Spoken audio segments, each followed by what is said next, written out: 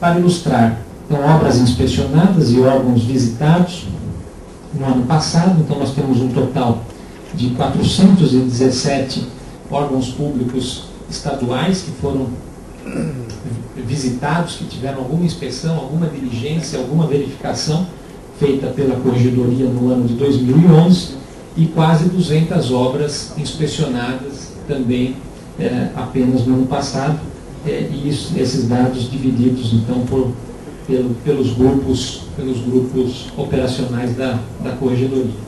Em termos de dimensão geográfica dessa atuação, o mapa mostra as diversas cidades em que essa atuação, essa verificação se deu. Na capital foram mais de 116 diligências realizadas na capital e as outras todas nas diversas regiões do nosso estado. A Corregedoria conta também com um espaço para comunicação, sem ser necessariamente denúncia, que é o Fale Conosco, pelo site também.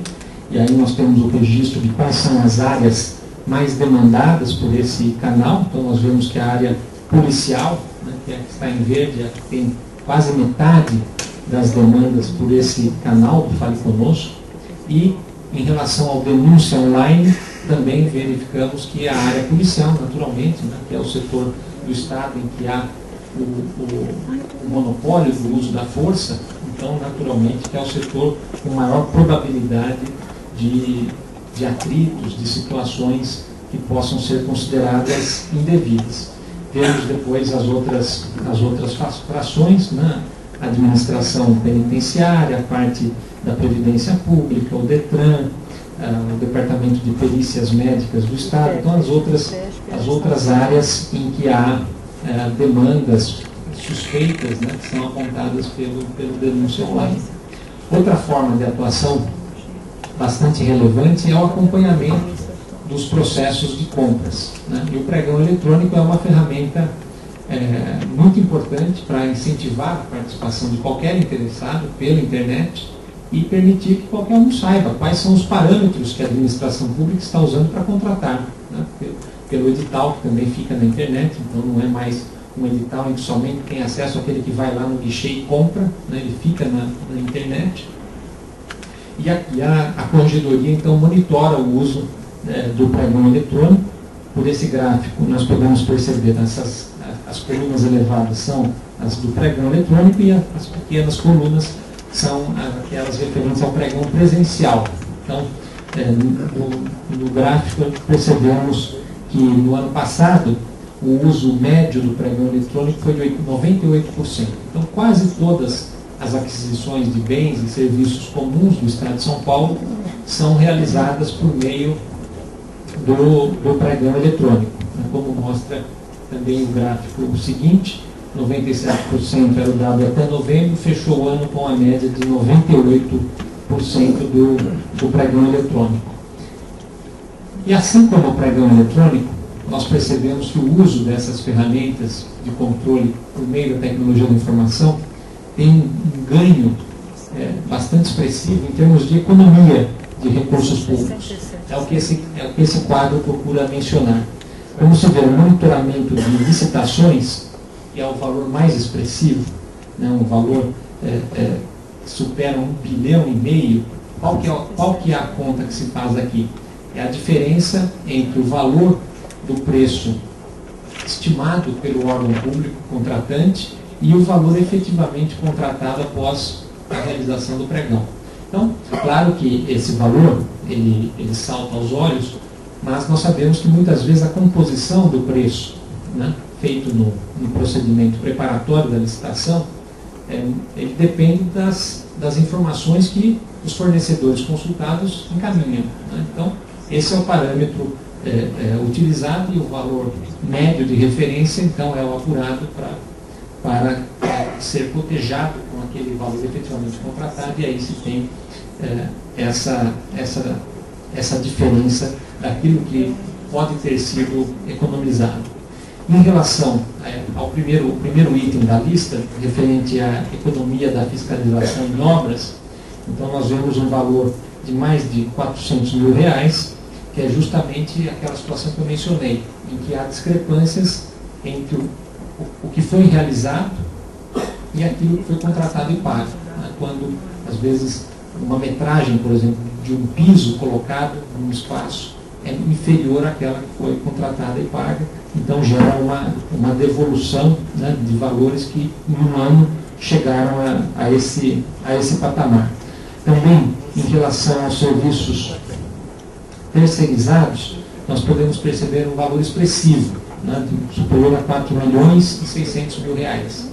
Esse é um dado que eu quero explicar, que é bastante interessante. Na verdade, nós fechamos o ano com uma economia nesse item de monitoramento dos serviços terceirizados na ordem de 6 milhões e 100 mil reais. Como é feita essa compra? O que é esse sistema de monitoramento de contratos de serviços terceirizados?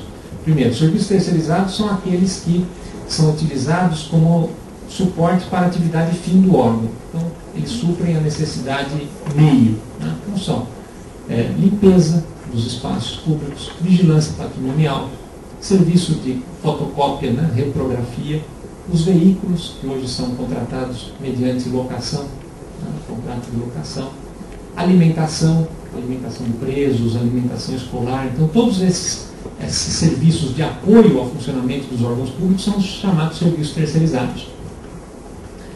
No Estado de São Paulo, o total de contratos de todos os órgãos chega na casa de 10 mil contratos, em todos os setores, né, para todas essas atividades. Então, imaginem como fiscalizar 10 mil contratos com uma equipe, né, de algumas dezenas de profissionais para essa tarefa. Com a ferramenta tecnológica e o esforço governamental que começou no tempo do governador Mário Covas, padronizou-se os critérios de contratação. Eles foram padronizados. Ou seja, o gestor público não pode resolver se ele vai contratar o serviço de limpeza por homem-hora, ou por metro quadrado, ou pelo critério que pareça a ele mais conveniente. Isso é estabelecido pela Secretaria de Gestão. Tem que ser por metro quadrado. E assim em relação a cada um desses serviços. Tudo isso está também na internet. E todo ano a Secretaria de Gestão Pública faz uma pesquisa de preços. E esses preços, então, são a referência para cada um desses serviços. E tudo isso numa base de dados eletrônica unificada para o Estado inteiro. Ou seja, é possível fiscalizar 10 mil contratos com 5 profissionais. 5 corregedores dos seus computadores monitoram cotidianamente 10 mil contratos. E como que se gera a economia? Porque o valor de referência, que é esse valor médio apurado pela Secretaria de Gestão, ele é tomado como o valor máximo. Então, se o serviço está um pouquinho acima desse valor, o corregedor cobra do gestor uma redução, ou por negociação com a empresa contratada, ou realizando um novo pregão, e divulgando mais para ter mais competição e o preço baixar. E aí, o que efetivamente se reduz é a economia gerada. Então, são pequenas reduções, né? Mas que no universo de 10 mil contratos propicia uma economia que no ano passado então superou 6 milhões de reais, e no mês de janeiro nós tivemos um pico de economia de quase 4 milhões de reais, por conta dessa fiscalização dos contratos terceirizados. Então essa é uma ferramenta valiosíssima para a administração pública, porque ela impede situações escabrosas em que, quando não se tem parâmetro de comparação de valores, quando não se tem controle efetivo, cada gestor poderia estabelecer o seu critério, né, e maquiar situações indevidas. Dessa forma, não. Então, já faz a licitação pelo pregão, e depois, pelo pregão eletrônico na internet, e depois todas as informações ficam numa base que permite essa comparação, esse acompanhamento e a redução de valores com a geração de economia. Então, nós temos recebido visitas de vários estados interessados nessa sistemática e querendo reproduzir mecanismos como esse do monitoramento dos contratos de serviços terceirizados. Depois algumas outras economias em outros campos também da atuação correcional. E para além então dessa atuação, o que mudou com, eu mencionei o decreto do ano passado, com o fortalecimento do controle interno. A expressão que sintetiza essa mudança é Sistema Estadual de Controladoria. Ou seja, existem no Estado diversos órgãos incumbidos da tarefa do controle. esse gráfico, esse quadro tenta mostrar isso. Ou seja, na Secretaria da Fazenda estão os auditores que verificam as situações contábeis, né, financeiras, econômicas de todo o Estado. Na Secretaria do Planejamento tem o acompanhamento do orçamento, né, a própria elaboração do orçamento e depois o seu acompanhamento com as liberações das cotas e toda essa dinâmica orçamentária. Na Secretaria de Gestão Pública tem a questão do próprio balizamento dos contratos terceirizados, né, como eu mencionei, e outras ferramentas ligadas também ao controle, e a própria rede de ouvidores é ligada à Secretaria de Gestão Pública. Na Procuradoria do Estado são feitos os processos punitivos, né, contra os servidores que respondem, então, por irregularidades. E na Casa Civil está a Corregedoria Geral da Administração. De modo que nós percebemos claramente que não há, então, no Estado, um órgão apenas incumbido do papel de controle, mas sim vários órgãos que não podem atuar como um arquipélago, né, de forma isolada, cada qual apenas dentro do seu campo estrito. Mas o que se propõe, então, com a instituição desse sistema estadual de controladoria é uma integração, uma interação, né, uma sinergia entre esses órgãos, uma troca de informações entre o conjunto de ouvidorias, as auditorias, as corregedorias, para o fortalecimento do controle e uma atuação mais eficaz. Então, apostando num resultado ainda melhor, sem custos adicionais para o contribuinte, sem criação de uma nova estrutura, né, sem criação de novos cargos, aproveitando as competências existentes, aquilo que já está funcionando e que, pelo compartilhamento de boas práticas, né, por essa sinergia institucional, pode-se ainda alcançar um resultado melhor. E as mudanças em relação à própria Corregedoria Geral. A Corregedoria, então, para estimular esse sistema de controladoria, ela passou a ter uma ouvidoria geral para justamente, com os demais ouvidores do Estado, são quase 250 ouvidorias funcionando nos órgãos estaduais. Trocar informações, aproveitar as informações, né, que os usuários estão apontando para, inclusive, o trabalho correcional se desenvolver.